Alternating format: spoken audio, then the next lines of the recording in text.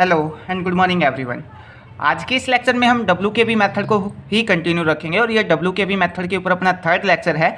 इस first lecture में हमने WKB मेथड का जो बेसिक इंट्रोडक्शन है उसके बारे में पढ़ा था और साथ में क्वांटाइजेशन कंडीशन पढ़ी थी।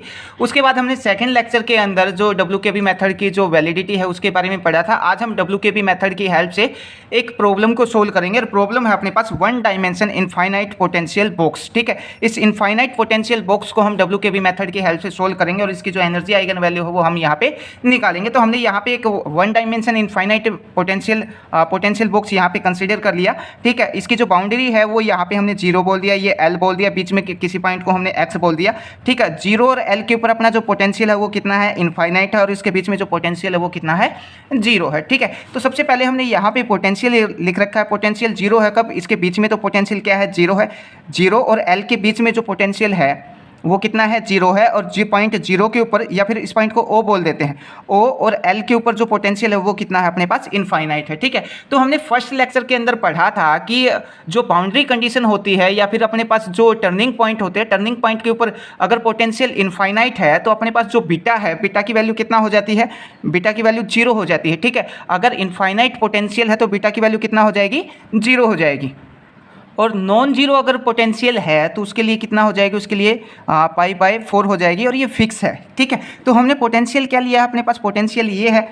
ठीक है, उसके बाद टर्निंग पॉइंट क्या होता है, इसको क्लासिकल टर्निंग पॉइंट बोलते हैं। क्लासिकल टर्निंग पॉइंट क्या होता है, जैसे ही मैं इस O से इस तरफ आऊँगा तो क्लासिकल मैकेनिक्स किस में कन्वर्ट हो जाएगी, क्वांटम मैकेनिक्स के अंदर कन्वर्ट हो जाएगी। इधर आऊँगा तो क्लासिकल मैकेनिक्स किस में कन्वर्ट हो जाएगी, क्वांटम मैकेनिक्स के अंदर कन्वर्ट हो जाएगी। इसी को हम क्या बोलते हैं, क्लासिकल टर्निंग पॉइंट बोलते हैं। तो टर्निंग पॉइंट कहाँ पे है, अपना 0 इस O पे है और L के ऊपर है। तो O और L के ऊपर अपना क्या है, क्लासिक जो टर्निंग पॉइंट है, और इसके ऊपर अपना जो पोटेंशियल है वो कितना ले रखा है हमने, यहाँ पे इनफाइनाइट ले रखा है। और जब इनफाइनाइट पोटेंशियल लेके चलते हैं तो जो बीटा है, बीटा की वैल्यू कितनी हो जाती है, अपने पास 0 हो जाती है। बीटा 1 भी 0 हो जाएगा और बीटा 2 भी क्या हो जाएगा, 0 हो जाएगा। Now quantization condition. अब क्वांटाइजेशन कंडीशन हम ऑलरेडी पहले वाले लेक्चर्स के अंदर निकाल चुके हैं, और पहले वाले लेक्चर में हमने ये वाली क्वांटाइजेशन कंडीशन निकाली थी हमने फर्स्ट लेक्चर के अंदर, 1/h cut integration minus alpha से x, ठीक है, pdx plus 1/h cut integration x से अल्फा pdx beta 1 plus beta 2 equal to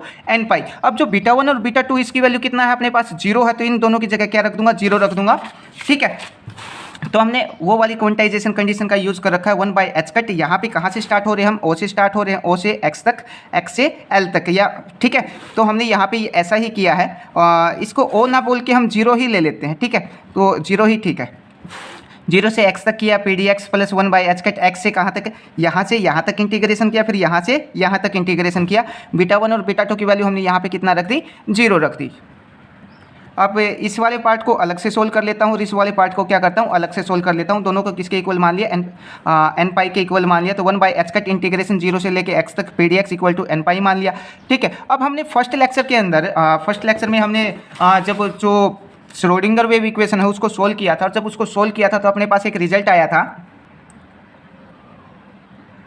वो रिजल्ट था अपने पास k equal to 2m/h cut square under the root e minus v of x।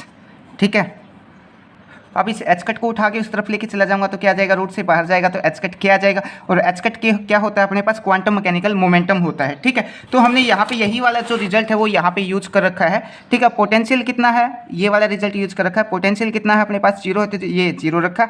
ठीक है, तो अपने पास क्या आ जाएगा, जो p की वैल्यू वो क्या आ जाएगी, √2me आ जाएगी। तो हमने अब ये जो नेक्स्ट वाला जो सोल्व किया, ये वाला जो सोल्व किया, तो 1/h कट हमने बाहर रखा, p की जगह हमने क्या रख दिया, 2me √2me रख दिया, साथ में dx रखा, और इक्वल में किसके रखा, n पाई के इक्वल रखा। अब 2me √2me और h कट ये तो क्या है, कांस्टेंट है, इंटीग्रेशन से यहाँ पे डिफरेंशिएशन कैंसिल हो जाएगा, लिमिट 0 से L तक है। ठीक है, upper limit minus lower limit करेंगे तो अपने पास क्या मिल जाएगा, अपने को ये वाली वैल्यू मिल जाएगी। ठीक है, अब यहाँ पे क्या करते हैं, ये वाली जो टर्म है इसको उठा के इक्वल टू से इधर लेके आ जाते हैं, तो क्या आ जाएगा, अपने पास ये वाली इक्वेशन आ जाएगी। रूट को उठा के इधर लेके आऊँगा तो इन सब का क्या हो जाएगा, स्क्वायर हो जाएगा।